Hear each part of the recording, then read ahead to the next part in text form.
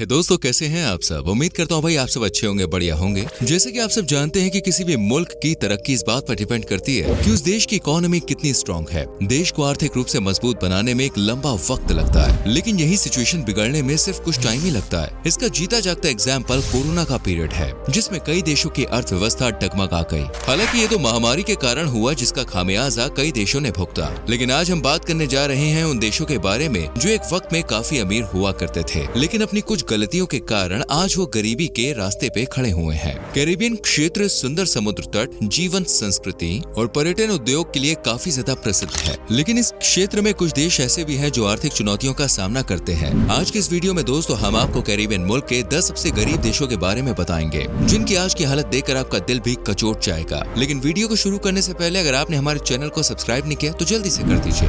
Hattie. दुख की बात है दोस्तों कि हैटी हमारी सूची में कैरिबियन के सबसे गरीब देशों में नंबर 1 पे है। इस देश को कई आर्थिक चुनौतियों का सामना करना पड़ता है, जिनमें राजनीतिक अस्थिरता, उच्च गरीबी दर, शिक्षा और स्वास्थ्य सेवा की कमी है। इस देश को बहुत ज्यादा प्राकृतिक आपदाओं का सामना करना पड़ता है, जिस वजह से कई बार लोगों को भारी समस्याओं का सामना करना पड़ता है। यहाँ कभी भी तूफान, चक्रवात और भूकंप जैसे हालात पैदा हो जाते हैं, जिस वजह से ये देश काफी ज्यादा प्रभावित होता है। और यही वजह है कि ये देश इतना ज्यादा गरीब है। यहाँ की सरकार लाख कोशिश करने के बाद भी अपनी जीडीपी को मजबूत नहीं कर पा रही है, क्योंकि प्राकृतिक आपदाओं की वजह से विदेशी कंपनियां यहाँ पर कोई व्यापार नहीं करना चाहती है। और सरकार जो भी पैसा टैक्स से इकट्ठा करती है, वो सारा पैसा तो आपदाओं से प्रभावित क्षेत्र को वापस से सही करने में खर्च हो जाता है। इसके अलावा यहाँ राजनीतिक अस्थिरता भी काफी ज्यादा देखने को मिलती है। यहाँ पॉलिटिकल पार्टीज में उठापटक चलती ही रहती है, जिस वजह से कभी ढंग की सरकार ही नहीं बनी। अब सरकार ही सही से नहीं बनेगी तो भाई यहाँ का विकास कैसे हो पाएगा। इसके अलावा यहाँ शिक्षा और स्वास्थ्य जैसी बेसिक और मूलभूत सुविधाओं की भी बहुत ही ज्यादा कमी है,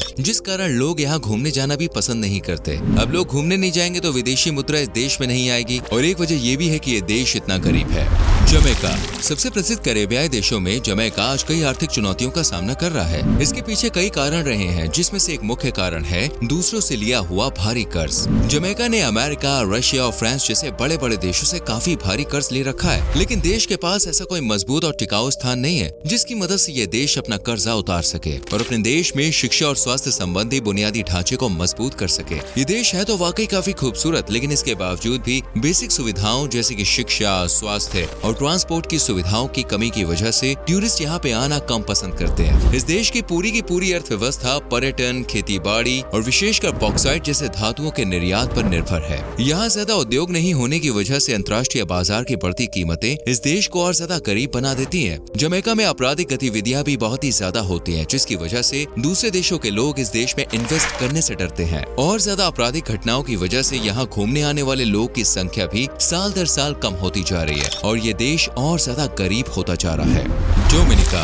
अपने हरे भरे माहौल और प्राकृतिक सुंदरता के बावजूद डोमिनिका कैरिबियन के सबसे गरीब देशों में से एक है। डोमिनिका को कई देशों की तरह आर्थिक चुनौतियों का सामना करना पड़ता है। हालांकि इसे कैरिबियन के सबसे गरीब देशों में से एक तो नहीं माना जा सकता, क्योंकि इसकी विकास दर काफी अच्छी है और ये देश काफी ज्यादा प्रगतिशील है। लेकिन फिर भी दोस्तों इस देश को कुछ ऐसी समस्याओं का सामना करना पड़ता है जो इसकी आर्थिक स्थिति को प्रभावित करती है। दरअसल डोमिनिका सीमित प्राकृतिक संसाधनों वाला एक छोटा द्वीप है। इसकी अर्थव्यवस्था काफी हद तक कृषि, खासकर केले और अन्य फसलों पर निर्भर करती है। एक तो देश में कृषि योग्य भूमि की काफी कमी है, ऊपर से यहाँ के किसानों को काफी ज्यादा प्राकृतिक समस्याओं का सामना करना पड़ता है, जिस वजह से इन्हें अंतर्राष्ट्रीय बाजार तक पहुँचने में काफी समस्याएं आती हैं। आपको जान के हैरानी होगी कि जहाँ आज भारत के कोने कोने में इंटरनेट पहुँच चुका है, वहीं डोमिनिका में कुछ ही बड़ी सिटीज में इंटरनेट पहुँचा है। बाकी पूरे देश में लोग आज भी आदिवासियों की तरह ही पुरानी जिंदगी जीते हैं। देश की गरीबी में बेरोजगारी का भी काफी बड़ा योगदान है। यहाँ के औसतन युवा बेरोजगार हैं, जिस वजह से वह लोग विदेशों में रोजगार के मौके तलाशते हैं और बहुत से टैलेंटेड लोग इस देश को छोड़कर हमेशा के लिए दूसरे देशों में शिफ्ट हो जाते हैं। Saint Vincent and the ग्रेनेडियंस।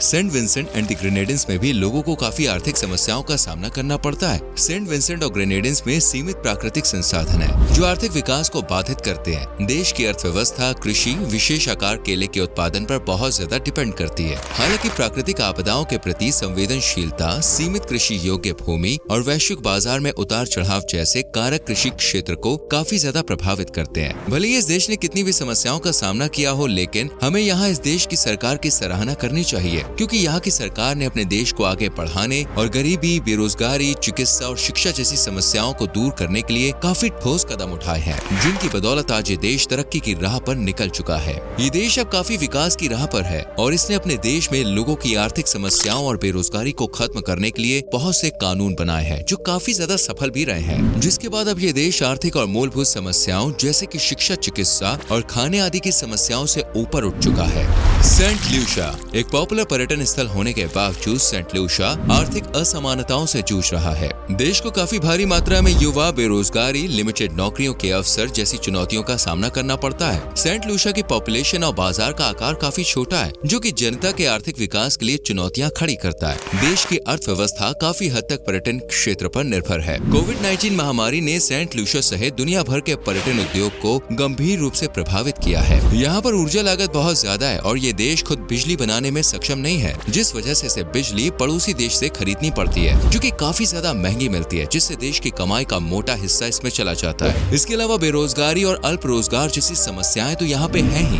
Granada spice oil के रूप में जाना जाने वाला ग्रेनेडा बेरोजगारी और बहुत सीमित नौकरी के अवसरों जैसी समस्याओं के लिए काफी बदनाम है, जबकि पर्यटन इसकी अर्थव्यवस्था में महत्वपूर्ण योगदान देता है। हालांकि सरकार विकास के माध्यम से अपनी गरीबी पर काबू पाने की बहुत ज्यादा कोशिश कर रही है। ग्रेनेडा में सीमित प्राकृतिक संसाधन है, जो कि लोगों के आर्थिक विकास को काफी प्रभावित करते हैं। देश की अर्थव्यवस्था कृषि, विशेषकर जायफल, कोको और अन्य मसालों पर बहुत ज्यादा डिपेंड करती है। प्राकृतिक आपदाएं यहाँ की फसलों को भारी मात्रा में प्रभावित करती हैं। यहाँ तूफान जैसी प्राकृतिक आपदाएं आती ही रहती हैं। ये घटनाएं इंफ्रास्ट्रक्चर, कृषि और देश की अर्थव्यवस्था को काफी नुकसान पहुंचाती है, जिससे इन सब के पुनर्निर्माण के लिए सरकार को भारी खर्चा करना पड़ता है। ग्रेनेडा बहुत सी अलग अलग तरह की वस्तुओं और सेवाओं के लिए आयात पर बहुत ज्यादा निर्भर करता है, जो व्यापार असंतुलन, विदेशी मुद्रा की कमी जैसे बाहरी आर्थिक झटकों की वजह बनती है। इन चुनौतियों का समाधान करने और ग्रेनेडा में विकास को बढ़ावा देने के प्रयास किए जा रहे हैं। ट्रिनिदाद एंड टोबैगो ट्रिनिदाद और टोबैगो को कैरेबियन क्षेत्र के सबसे गरीब देशों में शामिल करना इसके साथ नाइंसाफी ही होगी, क्योंकि इस देश की सरकार ने विगत वर्षों में काफी बड़े बड़े प्रोजेक्ट्स लाकर इस देश में गरीबी और बेरोजगारी जैसी समस्याओं को खत्म कर देश को आर्थिक रूप से काफी समर्थ बनाया है। हालांकि इस देश में भी काफी समस्याएं थी, जैसे कि भुखमरी, स्वास्थ्य सुविधाएं, पीने के लिए शुद्ध पानी जैसी मूलभूत सुविधाएं भी नहीं थी। लेकिन अब यहाँ के हालात बदलने लगे हैं। अगर आज आप यहाँ घूमने जाते हैं तो आपको यहाँ काफी विकसित देशों की फीलिंग आएगी। अब धीरे धीरे विदेशी इन्वेस्टर्स भी इस देश की तरफ ध्यान दे रहे हैं, जिससे इसका विदेशी मुद्रा भंडार भी दिन पर दिन बढ़ता जा रहा है। आज देश में प्रति व्यक्ति आय काफी अच्छी है, जो कि यहाँ के तेल और प्राकृतिक गैस के भंडारों से प्राप्त होती है।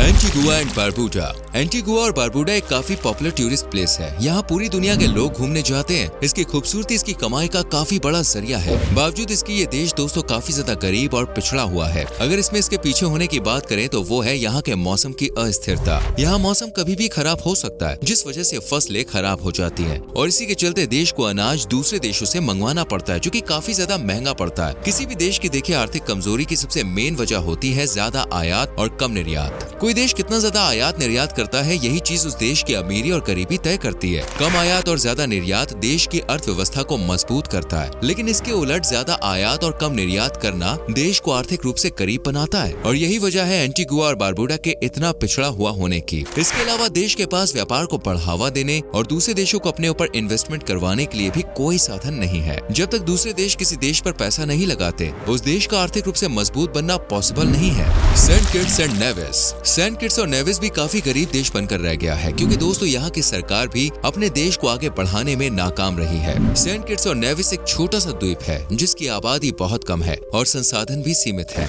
देश के आकार का छोटा होने और प्राकृतिक संसाधनों की सीमित उपलब्धता लगातार इस देश को पीछे धकेल रही है। सेंट किट्स और नेविस की अर्थव्यवस्था के लिए पर्यटन काफी इंपॉर्टेंट भूमिका निभाता है। हालांकि देश की अर्थव्यवस्था केवल पर्यटन पर निर्भर होने के कारण पर्यटकों के आवागमन कम होने पर देश की कमाई काफी कम हो जाती है। यानी कि इस देश की कमाई स्टेबल नहीं है, कभी बहुत ज्यादा हो जाती है तो कभी बिल्कुल ना के बराबर होती है। सेंट किट्स और नेविस में आर्थिक विकास दिन पर दिन गिरते जाने की एक वजह ये भी है कि देश के पढ़े लिखे युवा इस देश को छोड़कर दूसरे देशों में जाकर सेटल हो रहे हैं, जिस वजह से देश आगे बढ़ने की जगह पीछे की ओर खिंच रहा है।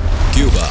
बाकी सभी देशों की तरह क्यूबा को भी काफी आर्थिक चुनौतियों का सामना करना पड़ता है। अगर हम इस देश के गरीब होने के पीछे की वजह की बात करें तो इसमें कुछ ऐतिहासिक कारण भी रहे हैं। दरअसल 1960 के दशक की शुरुआत में अमेरिका और क्यूबा के बीच कुछ राजसी वाद विवाद हो गया, जिस वजह से अमेरिका ने क्यूबा से व्यापार ही पूरी तरह से बंद कर दिया। इसकी वजह से क्यूबा की पहुंच विदेशी बड़े बाजारों तक नहीं हो पाई। घरेलू उत्पादन क्षमता सीमित होने के कारण क्यूबा आवश्यक वस्तुओं और कच्चे माल के लिए आयात पर बहुत ज्यादा निर्भर है। ये निर्भरता देश को बाहरी आर्थिक उतार चढ़ाव और चुनौतियों जैसी समस्याएं पैदा करती है। पुराना infrastructure, poor transport network, power system और आवास जैसी व्यवस्थाओं में क्यूबा जर्जर हो गया।